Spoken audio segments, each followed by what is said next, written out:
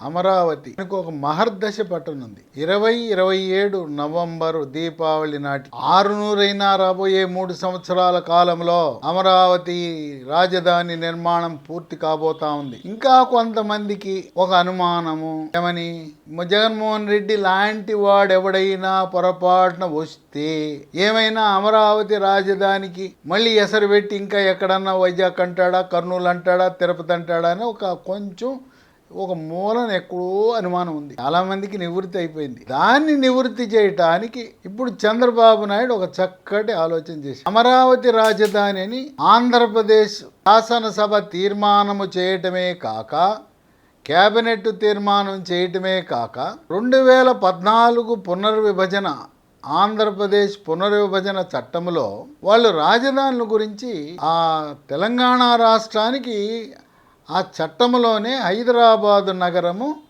రాజధాని అని రాశారు. ఇక ఆంధ్రప్రదేశ్ కొత్తగా ఏర్పడబోయే నూతన ఆంధ్రప్రదేశ్ రాష్ట్రానికి రాజధానిని 2013-14 సమయంలో 14లో ఎన్నికైన ప్రభుత్వము తగు నిర్ణయము తీసుకుని రాజధానిని అప్పటి ఎన్నికైన ప్రభుత్వం నిర్ణయం తీసుకుంటుంది అని రాశారు. 2014 తర్వాత చంద్రబాబు నాయుడు అప్పుడు ఎన్నికైన ప్రభుత్వము, ప్రధానమంత్రి మోదీ ఇక్కడికి వచ్చి అమరావతికి శంకుస్థాపన చేసిన సమయములో అక్కడ పార్లమెంటు ఉభయ సభలు, లోక్సభలో రాజ్యసభలో దీనిని ప్రవేశపెట్టి 2014లో అమలులోకి వచ్చిన ఆంధ్రప్రదేశ్ పునర్విభజన చట్టములో ఎక్కడైతే ఆ కొత్తగా ఏర్పడబోయే రాష్ట్ర ప్రభుత్వము తమ యొక్క రాజధానిని ఎంపిక చేసుకుంటుందనే పేరా కింద కొత్తగా ప్రభుత్వం ఏర్పడింది. కొత్తగా ఏర్పడిన ప్రభుత్వం అమరావతిని రాజధానిగా ఎంపిక చేసుకున్నది అని లోక్సభలోనూ రాజ్యసభలోనూ ఆ చట్టంలో పొందుపరిచి అది పార్లమెంటు యాక్ట్లోకి ఎక్కేస్తే, చట్టంలోకి ఎక్కేస్తే ఈ జగన్మోహన్ రెడ్డి కాదు అట్టటోళ్ళు ఎవరొచ్చినా కూడా రాజధానిని మార్పు చేయటము అసంభవము, న్యాయపరంగా వీలు పడదు. కనుక ఎటువంటి పరిస్థితిలో కూడా అమరావతి రాజధానిగా కొనసాగటము తథ్యం. ఇక భవిష్యత్తులో ఇప్పుడు ఉన్న పరిస్థితిలో 2029లో జమిలి ఎన్నికలు వస్తాయి. జమిలి ఎన్నికల్లో కూడా 3 పార్టీలు కూటమి పోటీ చేయబోతూ ఉంది. ఇప్పుడున్న 175 నియోజకవర్గాలు 225 కాబోతున్నాయి. 50 అసెంబ్లీ నియోజకవర్గాలు పెరగబోతున్నాయి. ఒకవేళ పార్లమెంటు సీట్లు కూడా పెరిగినచో మరొక 8 సీట్లు పెరిగే అవకాశం ఉన్నది. పార్లమెంటు సీట్లు పెంచటం అనేది 1971 జనాభా ఆధారంగా సీట్లు పెంచబడతాయి. దక్షిణాది రాష్ట్రాలు కుటుంబ నియంత్రణ పాటించిన కారణంగా జనాభా తగ్గటం వల్ల ఇప్పుడు నేటి జనాభాను ఆధారంగా పార్లమెంటు నియోజకవర్గాల పెంపుని పరిశీలిస్తే దక్షిణాది రాష్ట్రాలకు అన్యాయం జరుగును. అందువల్ల 71 జనాభా ప్రకారం జరుగుతుంది. అక్కడ కూడా ఇబ్బంది లేదు. పార్లమెంట్ సీట్లు, లోక్సభ సీట్లు కూడా పెరుగుతాయి. ఇంకో విషయం ఏంటి, 2029లో దేశమంతా జమిలి ఎన్నికలు జరగబోతూ ఉన్నాయి. దేశం మొత్తం అసెంబ్లీ, లోక్సభకు 2 ఒకేసారి ఎన్నికలు జరుగుతాయి.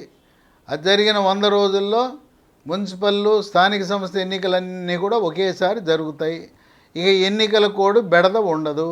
ఒకసారి ఎన్నికలు జరిగితే మళ్ళీ 5 ఏళ్ల దాకా ఎన్నికల జోలికి వెళ్ళరు. మాటికి చీటికి మాటికి ఎన్నికల కోడ్, ఇప్పుడు మొన్న ఎమ్మెల్సీ ఎన్నికలు జరిగితే ఎన్నికల కోడ్ పెట్టారు. అమరావతి రాజధాని పనులు 6 వారాలు ఆలస్యం అయిపోవడానికి కారణం ఎన్నికల కోడ్. ఇంకా చంద్రబాబు నాయుడు ఆయన ముఖ్యమంత్రిగా ఆయన జీవించున్నంత కాలము ఆయనే ఆంధ్రప్రదేశ్ రాష్ట్ర ముఖ్యమంత్రి. ఎందుకంటే ప్రతిపక్షమే లేదు. ఇప్పుడు బీజేపీ, జనసేన, తెలుగుదేశం పార్టీ కూటమి మళ్ళీ కలిసి పోటీ చేస్తుంది. ఈ సోషల్ మీడియాలో ఈ ఛానల్స్లో అవన్నీ కూడా జగన్మోహన్ రెడ్డి వైఎస్ఆర్సీపీ పార్టీ వాళ్ళు డబ్బులు ఇచ్చి ఈ సోషల్ మీడియా యూట్యూబ్ ఛానల్స్కి ఈ శాటిలైట్ ఛానల్ మనం చూసే టీవీ ఛానల్కి డబ్బులు ఇచ్చి వీళ్ళ మధ్యలో ఏదో తగాదాలు ఉన్నాయి, కలవరు, కలిసి పోటీ చేయరు అని చెప్పి కావాలని నారద పాత్ర పోషిస్తూ తంపులు పెట్టాలని చూస్తున్నారు. అక్కడ చంద్రబాబు నాయుడిని ఆయన బతికున్నంత కాలము ముఖ్యమంత్రిగా ఆమోదించడానికి పవర్ స్టార్ పవన్ కళ్యాణ్ అంగీకరించాడు. చంద్రబాబు ముఖ్యమంత్రిగా ఉంటే నంబర్ 2 స్థానంలో ఒకే డిప్యూటీ చీఫ్ మినిస్టరు, ఆ నంబర్ 2 స్థానం పవర్ స్టార్ పవన్ కళ్యాణ్. కనుక రెండో వ్యక్తి డిప్యూటీ చీఫ్ మినిస్టర్ పదవి ఉండదు. కావాలని అదిగో లోకేష్, ఇదిగో లోకేష్ అని లోకేష్ పేరిట కొంతమంది ఈ వైఎస్ఆర్సీపీకి సంబంధించిన ఛానళ్ళు, యూట్యూబ్ ఛానళ్ళు లోకేష్ ముఖ్యమంత్రి అంట అని కొంతమంది, ఉప ముఖ్యమంత్రి రెండో పదవి అంట ఈయనని చెప్పి ఇవన్నీ అభూత కల్పనలు చేస్తున్నారు. ఇవాళ చంద్రబాబు నాయుడు వారి సతీమణి భువనేశ్వరి ఈ పవన్ కళ్యాణ్ని పెద్ద కుమారుడుగా అంగీకరించి ఆయనతో కలిసి ప్రయాణం చేయడానికి అంగీకరించారు. ఎవరు ఎన్ని రకాలుగా ప్రయత్నించినా కూటమి భాగస్వామ్య పక్షాలు వేరు కావుగాక. కనుక అమరావతిలో కానీ ఆంధ్రప్రదేశ్ రాష్ట్రంలో పెట్టిన స్వదేశీ పెట్టుబడులు, విదేశీ పెట్టుబడులు, ఎన్ఆర్ఐలు కొనుక్కున్న ఆస్తులు, తెలంగాణ, కర్ణాటక, తమిళనాడు, ఇతర రాష్ట్రాల్లో ఉండే ఆంధ్ర వాళ్ళు ఇతర రాష్ట్రాలకు వెళ్ళి మళ్ళీ తిరుగుముఖం పట్టిన వాళ్ళకి ఎటువంటి ఇబ్బంది ఉండదు. 2027 నవంబరు దీపావళి నాటికి పూర్తిగా 60,000 కోట్లు ప్రభుత్వ నిధులు, 2,40,000 ప్రైవేటు నిధులు ఖర్చు పెట్టి 3 లక్షల కోట్లతో అమరావతి రాజధాని సింగరించుకోబోతూ ఉంది. అందంగా తయారు కాబోతూ ఉంది. ప్రపంచ స్థాయి రాజధాని కాబోతూ ఉంది. ఢిల్లీని తలదన్నే విధంగా భారతదేశంలోనే కాదు ప్రపంచ దేశాలలో టాప్ 5 నగరాలలో ఒక నగరం కాబోతూ ఉంది అమరావతి. దీంట్లో చంద్రబాబు నాయుడు నవనగరాలు అన్నారు. ఈ నవనగరాలంటే 7 నగరాలు పెడతారని కాదు, ఈ పెడర్థాలు పెడుతున్నారు ఈ వైఎస్ఆర్సీపీ వాళ్ళు. ఏంటి చంద్రబాబు నాయుడు చూడు అమరావతితో పాటు దాంట్లో మళ్ళీ 9 నగరాలంట, మీ డబ్బు అంతా తీసుకెళ్ళి జిల్లాల్లో డబ్బు తీసుకెళ్ళి అక్కడ పోస్తున్నారంట అని చెప్పి లేనిపోయిన పుకార్లు పుట్టిస్తున్నారు. అమరావతిలో ఉండే 9 నగరాలు 9 జోన్లు అందంగా ఉండటానికి ఒక నగరం అన్నారు. ఇప్పుడు అపోలో హాస్పిటల్ ఉంది. అపోలో హాస్పిటల్ వాడు ఏం పేరు పెడతాడు? అపోలో హెల్త్ సిటీ అని పెడతాడు. సిటీ అంటే నగరం అయిపోతుందా?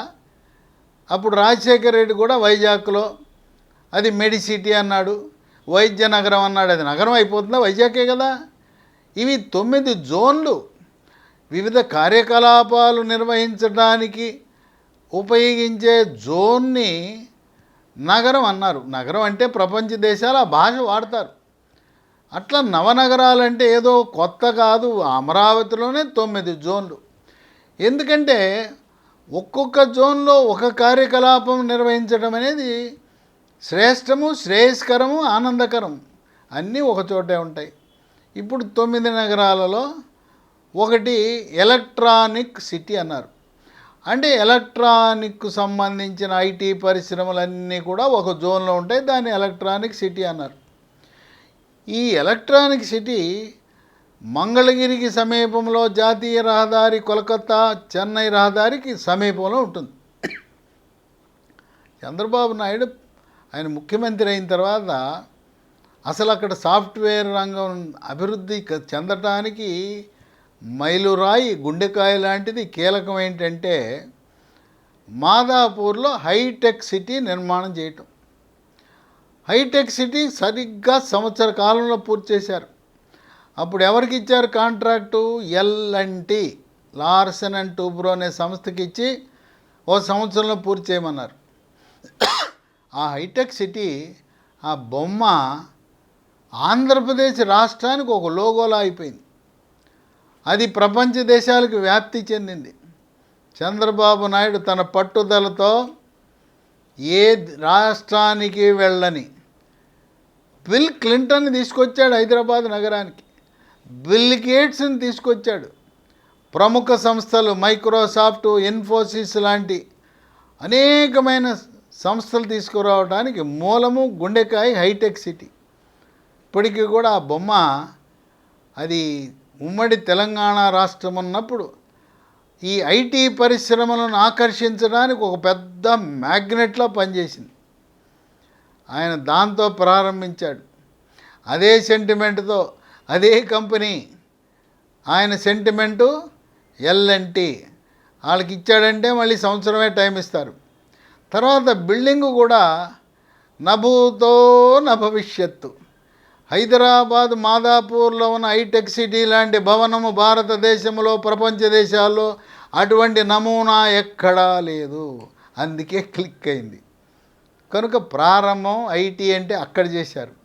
కనుక చంద్రబాబు నాయుడు సెంటిమెంటు ఇప్పుడు ఏదైతే ఎలక్ట్రానిక్ సిటీ అంటున్నారో దాంట్లో ఆ హైటెక్ సిటీ మాదాపూర్ని తలదన్నేలా ఒక నిర్మాణం చెయ్యాలి. దానికి ఆదేశాలు ఇచ్చాడు. 10 ఎకరాల భూమి కేటాయించాడు. మళ్ళీ L&T సంస్థకే కేటాయించారు. కేటాయించి ఇక్కడ ఎలక్ట్రానిక్ సిటీకి 6,580 ఎకరాలు దాంట్లో కేటాయించడం జరిగింది. ఈ ఎలక్ట్రానిక్ సిటీకి దాంట్లో 10 ఎకరాలు ఇచ్చారు. 10 ఎకరాలు ఇచ్చి 10 ఎకరాలలో ఒక ట్విన్ టవర్స్, ఇంకా దీనికి పేరు పెట్టలేదు, అక్కడ హైటెక్ సిటీ పెట్టారు. ప్రస్తుతము మనము అమరావతి ఐటీ ట్విన్ టవర్స్గా మాట్లాడుకుందాం. ఇది ఇంకా అధికారికంగా రాష్ట్ర ప్రభుత్వం ఇంకా నామకరణం చేయలే. మనం అనుకుంటున్నాం పేరు పెడతారు దానికి ఎట్లయితే హైటెక్ సిటీ అని ఒక ఐకానిక్ బిల్డింగో దీనికి కూడా పేరు పెడతారు. కానీ ఇది ట్విన్ టవర్స్. ట్విన్ టవర్స్ అంటే ఎడం పక్కోటి కుడి పక్కోటి ఉంటుంది. దీనికి 3 బేస్మెంట్లు ఉంటాయి. 3 బేస్మెంట్ల పైన గ్రౌండ్ ఫ్లోర్. ఈ ట్విన్ టవర్స్ గ్రౌండ్ ఫ్లోర్ వరకు కలిసే ఉంటాయి. 3 బేస్మెంట్ కలిసి ఉన్నాయి, గ్రౌండ్ ఫ్లోర్ కలిసి ఉంటుంది. ఇక అక్కడి నుంచి ట్విన్ టవర్లు పైకి లెగుస్తాయి. ఈ ట్విన్ టవర్ల సెంటిమెంటు ఇవి కొన్ని దేశాలలో ట్విన్ టవర్స్ ఉన్నాయి. తర్వాత ఇక్కడ గుంటూరుకు సమీపం నుండే లామ్ వ్యవసాయ యూనివర్సిటీ పరిపాలనా భవనం కూడా ట్విన్ టవర్సే. ఇది 10 లక్షల చదరపు అడుగులు. ఇక గ్రౌండ్ ఫ్లోర్ నుంచి 2 ట్విన్ టవర్స్ పైకి వస్తాయి. ఎడం పక్క 9 ఫ్లోర్లు, కుడి పక్క 9 ఫ్లోర్లు. ఆ విధంగా దీంట్లో పెట్టబోయే సాంకేతిక పరిజ్ఞాన సంస్థలు ఏముంటాయి? ఆర్టిఫిషియల్ ఇంటెలిజెన్స్, కృత్రిమ మేధ, డీప్ టెక్నాలజీ, డీప్ టెక్. ఇక మీదట మీరు ఇంజనీరింగ్ కాలేజీలో ఎవరైనా విద్యార్థులు ఇంటర్మీడియట్ బైపీసీ కాకుండా ఎంపీసీ చదివిన వాళ్ళు లేదా 12వ తరగతి సిబిఎస్ఈ చదివేవాళ్ళు మీరు ఇంజనీరింగ్ చదవాలంటే ఆర్టిఫిషియల్ ఇంటెలిజెన్స్ బీటెక్ చేయండి, ఆ కోర్స్ చదవండి. డీప్ టెక్ చేయండి, మెషిన్ లెర్నింగ్ చేయండి, డేటా సైన్స్ చేయండి. ఇక మిగతా కాలం చెల్లిన కోర్సులు చదవద్దు. ఇవి కూడా అమరావతిలో ఉండే ప్రముఖ యూనివర్సిటీలు ఉన్నాయి. ఏదో ఎవరో ఫ్రీగా ఉచితంగా ఇస్తున్నారని కాకుండా అప్పో సొప్పో చేసైనా అమరావతిలో ఉండే ప్రముఖ అంతర్జాతీయ గుర్తింపు కలిగిన సంస్థలు VIT, Vellore institute of technology, VIT, SRM university, మూడోది అమృత యూనివర్సిటీ. వాటిలో ఈ ఆర్టిఫిషియల్ ఇంటెలిజెన్సు అలాగే డీప్ టెక్ లాంటి కోర్సులు బీటెక్ చేస్తే మీరు 3 సంవత్సరాలు పూర్తయి 4వ సంవత్సరంలో ఉండగానే మిమ్మల్ని ఉద్యోగం వరిస్తుంది. అప్పుడే కంపెనీ వాళ్ళు వస్తారు, క్యాంపస్ ఇంటర్వ్యూ చేస్తారు, మీకు ఇంత జీతంతో పలానా రోజు ఉద్యోగమని మీకు ఉద్యోగంలో చేరటానికి అపాయింట్మెంట్ ఆర్డర్స్ వచ్చేస్తాయి. ఇంకా డిగ్రీ రాకముందే, ఆఖరి సంవత్సరం పూర్తి కాకముందే, చదువు కాకముందే అక్కడ ఆకర్షణీయమైన జీతము మీకు లభిస్తుంది. కనుక ఈ కోర్సులు ఉన్నాయి. ఇవి చేరితే ఇప్పుడు ఈ ట్విన్ టవర్స్లో మీకు జాబు గ్యారంటీ. దాంట్లో ఉద్యోగం ప్రముఖ సంస్థ ఇస్తుంది. అయితే దీన్ని ఎందుకు శరవేగంగా దీన్ని ముందుకు తీసుకొచ్చింది ఆంధ్రప్రదేశ్ రాష్ట్ర ప్రభుత్వం అంటే, సెంటిమెంట్ అన్నాను కదా, హైటెక్ సిటీ క్లిక్ అయ్యింది, Amaravati IT twin towers click అవ్వాలని దీనికి కావలసిన భూమి పూజ ఏప్రిల్ నెలలో ఇచ్చేస్తున్న ప్రధానమంత్రితో చేయించాలి. ప్రధానమంత్రితో అది చేయించి ఆ బొమ్మ పత్రికలకు, యూట్యూబ్లకు, సోషల్ మీడియాకు విడుదల చేస్తే భవన నిర్మాణము కాకముందే అమరావతి అంతర్జాతీయ స్థాయికి ఎదిగే అవకాశాలను ప్రజలకు చూపించినట్లవుతుందని చెప్పి దీనికి ప్రత్యేకంగా ప్రధానమంత్రితో భూమి పూజ, శంకుస్థాపన చేయటానికి రంగం సిద్ధం చేస్తున్నారు. ఎల్ఎన్టీ వాళ్ళు కూడా సంతోషంగా, మా వల్ల హైటెక్ సిటీ అక్కడ హైదరాబాద్, కొండాపూర్, మాదాపూర్ అవన్నీ అభివృద్ధి చెందాయి, ఇక్కడ కూడా మేము చేయటానికి సిద్ధంగా ఉన్నామని చెప్పి వాళ్ళు కూడా వాళ్ళకి ఇది కేటాయించినందుకు వాళ్ళ ఆనందానికి అవధులు లేవు. ఇప్పటికే మంగళగిరి ఇండస్ట్రియల్ ఎస్టేట్లో 15కు పైగా ఐటీ కంపెనీలు ఉన్నాయి. అక్కడ ఇప్పటికే కొన్ని వేల మంది ఉద్యోగులు పనిచేస్తూ ఉన్నారు. అట్లాగే మరొక టవర్ని జనసేన పార్టీ జాతీయ రహదారిపై ఉన్న జనసేన పార్టీ కార్యాలయం పక్కన మరొక బిల్డింగ్ వచ్చింది. ఈ బిల్డింగుల్లో ఇతర రాష్ట్రాల నుంచి, ఇతర దేశాల నుంచి వచ్చే ఐటీ సంస్థలు దిగ్గానే మీరు మొదలుపెట్టండి, ఆఫీసు మీ కార్యకలాపాలు మొదలుపెట్టండి. మీరు చేస్తూ ఉండగా 1 సంవత్సరమో 2 సంవత్సరాల సమయం తీసుకుని మీ భవన నిర్మాణాలు చేసుకోమని చెప్పి ఇప్పుడు దాదాపు ఇతర రాష్ట్రాల నుంచి, ఇతర దేశాల నుంచి 100 ఐటీ కంపెనీలు మంగళగిరికి జనసేన పార్టీ కార్యాలయం నుండే ఆ టవర్స్కి, ఇక్కడ 1 సంవత్సర కాలంలో నిర్మాణం జరగబోయే ఐటీ టవర్స్, ట్విన్ టవర్స్కి ఇప్పటి నుంచే వాళ్ళు రావాలనే సంకల్పంతో ఉవ్విళ్ళూరుతున్నారు. అందువల్ల అమరావతిని కొంతమంది ఏదో విమర్శలు చేసేస్తున్నా ఇది ఎక్కడవుతుంది అంటే, సిఆర్డిఏ బ్యాంక్ అకౌంట్లో ప్రస్తుతం 31,000 కోట్లు ఉన్నాయి.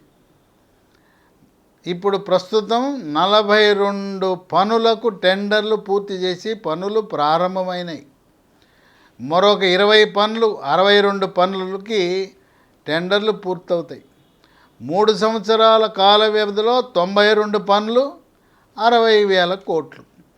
ఈ 60,000 కోట్లు రాష్ట్ర ప్రజలు పన్నుల రూపాన చెల్లించిన డబ్బు కాకుండా అమరావతిలో ప్రభుత్వ భూమి 22,000 ఎకరం ఉంది. ఒక్కొక్క ఎకరం అభివృద్ధి చేస్తే, అభివృద్ధి అంటే రోడ్లు వేయటం, మంచినీరు, డ్రైన్లు, రోడ్లు, పార్కులు, ఇవన్నీ 1 ఎకరం అభివృద్ధి చేయడానికి సుమారుగా 2 కోట్లు ప్రభుత్వానికి ఖర్చు అవుతుంది. 2 కోట్లు పెట్టి ఎకరం అభివృద్ధి చేస్తే అది బహిరంగ వేలం ద్వారా 10 కోట్ల రూపాయలు అవి నివాస ప్రాంతాలకు, వాణిజ్య సముదాయాలకు, ఈ విధంగా ఆ 22,000 ఎకరాలను ప్రభుత్వము అంటే సిఆర్డిఏ వేలము ద్వారా ఆ డబ్బుని సంపాదించి ఈ తెచ్చుకున్న అప్పులు, ఆ సిఆర్డిఏ వాళ్ళు అమరావతి కొరకు తెచ్చిన అప్పులను వడ్డీతో సహా చెల్లించే విధంగా వ్యూహరచన చేయడం జరిగింది. కేంద్ర ప్రభుత్వం పెద్ద మనసుతో మోదీ అప్పుల కుప్పలో ఉన్న ఆంధ్రప్రదేశ్ రాష్ట్రాన్ని ఆదుకోవాలనే సంకల్పంతో 16,000 కోట్ల రూపాయలు, అది ఆయన అప్పు కాదు, కేంద్రము నుంచి మనకు ఒక గిఫ్ట్, ఒక వరంలా ఇచ్చేశారు. ఆ 16,000 కోట్లు మనం చెల్లించవలసిన అవసరం లేదు. ప్రపంచ బ్యాంకుకు కానీ ఆసియా అభివృద్ధి బ్యాంకుకు కానీ అది కేంద్ర ప్రభుత్వమే, వాళ్ళ పూచి మనకేం కట్టవలసిన అవసరం లేదు. మరొక 15,000 కోట్లు తెచ్చుకున్నాం. అది కేంద్ర ప్రభుత్వ సహకారంతో అతి స్వల్ప వడ్డీతో అంతర్జాతీయ సంస్థలు మనకు 3%, 4% వడ్డీకి ఇస్తారు. అంటే పావలా వడ్డీకి ఇస్తారు అంతర్జాతీయ సంస్థలు. ఆ విధంగా జిల్లాలలో ప్రజలు పన్నుల రూపాన చెల్లిస్తున్న డబ్బుని అమరావతి సిఆర్డిఏలో ఖర్చు పెట్టమని కరాఖండిగా ముఖ్యమంత్రి చంద్రబాబు నాయుడు నారాయణ స్పష్టం చేసిన విషయము ప్రజలు గమనించవలసిందే. కనుక అమరావతి అభివృద్ధిని, అమరావతి అంతర్జాతీయ సిటీగా ఎదగటాన్ని ఎవ్వరూ ఆపలేరు.